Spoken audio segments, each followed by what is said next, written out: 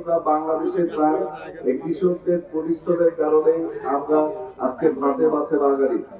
অতএব এই ভাত খাওয়ার, এই যে আমাদের অন্ন তুলে দেওয়ার জন্য যে সর্বোচ্চ যে পরিশ্রমটি যারা করে তাদের কৃষক, সেই কৃষকদেরকে আমরা আমাদের শ্রদ্ধার সাথে স্মরণ করি এবং তাদের অবদান এবং এই জাতি গঠনে এবং তাদের যে নিরলস চেষ্টা পরিশ্রম, সেজন্য জাতি সবসময় তাকে শ্রদ্ধার আসনে বসিয়ে রেখেছে। বন্ধুরা আমার, আজকে এই কৃষক দলের কারণে, কৃষকদের এই অন্য আমাদের মুখে তুলে দেওয়ার কারণে আজকে বলা হয়েছে বাংলার জাতীয়তাবাদী দলের বিরুদ্ধে অনেক ষড়যন্ত্র হচ্ছে। কেন হচ্ছে বন্ধুরা আমার, আপনারা সবাই জানেন। আমরা যারা সবাই, একটা প্রবাদ আছে, ভাতে ভাতে বাঙালি। মানে বাংলাদেশি আমরা যারা প্রতিদিন অন্তত 3 বেলা করে ভাত খাই, তাহলে 2 বেলা খাই, 1 বেলা অন্তত সবাই খাই। অনেক বড় বড় মানুষ আছে হয়তো বা ওনারা এখন একটু ভাত কম খায়, তারপরে 1 বেলা অন্তত খায়।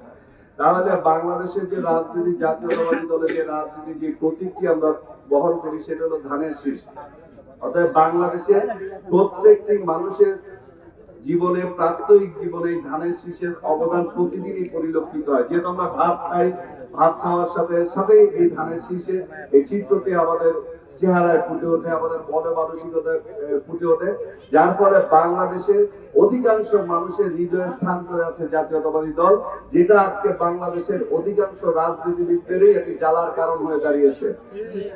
কেন হয়েছে? আমরা প্রতিদিন ভাত খাই, এই জন্য প্রতিদিনই ধানের শীষ আমাদের অন্তরে থাকে, আমাদের চিন্তা চেতনায় থাকে। আগে আমরা বিভিন্ন জিনিসপত্র আপনার মাপঝোপ করার জন্য বিভিন্ন যন্ত্র ব্যবহার করতেন, এখন করেন ওগুলি? করেন নাই। যুগের সাথে পরিবর্তিত হয়েছে, এখন ডিজিটাল স্কেল ব্যবহার করে বিভিন্ন মাপঝোপ করা হয় না বন্ধুরা? বাংলাদেশের মানুষের অর্থনৈতিক অবস্থার উন্নতি হয়েছে। আগে কিন্তু মানুষ বাতাস করার জন্য কাগজ নিত, অন্য বিভিন্ন জিনিস ব্যবহার করতো, এখন ব্যবহার করে, এখন ফ্যান ব্যবহার করে। তাহলে এদেরকে যারা ফ্যান ব্যবহার করে, যারা ধরেন ডিজিটাল স্কেল ব্যবহার করে, তাদের মাঝে কিন্তু প্রত্যেক দিনের প্রত্যেক জীবনে তাদের ভূমিকাটা কিন্তু মানুষ মনে রাখতে পারছে না, যেটা জাতীয়তাবাদী দলের ধানের শীষ প্রত্যেকটি মানুষের প্রত্যেক দিনের অন্তরে, প্রত্যেক দিনের চিন্তা ভাবনায় আসে। আজকে আমরা দেখেছি আন্দোলন সংগ্রামের কথা বলেছেন, জুলাই শহীদ হয়েছে, দীর্ঘ 16-17 বছর বিএনপি আন্দোলন সংগ্রাম করেছে এবং বিএনপি সবচেয়ে বড় শক্তিটা যেটা, সেটা হলো আমাদের শহীদ রাষ্ট্রপতি জিয়া রহমানের সহধর্মিণী দেশনেত্রী বেগম খালেদা জিয়ার আপসহীন রাজনীতি। উনি বাংলাদেশ এবং বাংলাদেশের মানুষের প্রশ্নে কখনোই উনি আপোষ করেন নাই।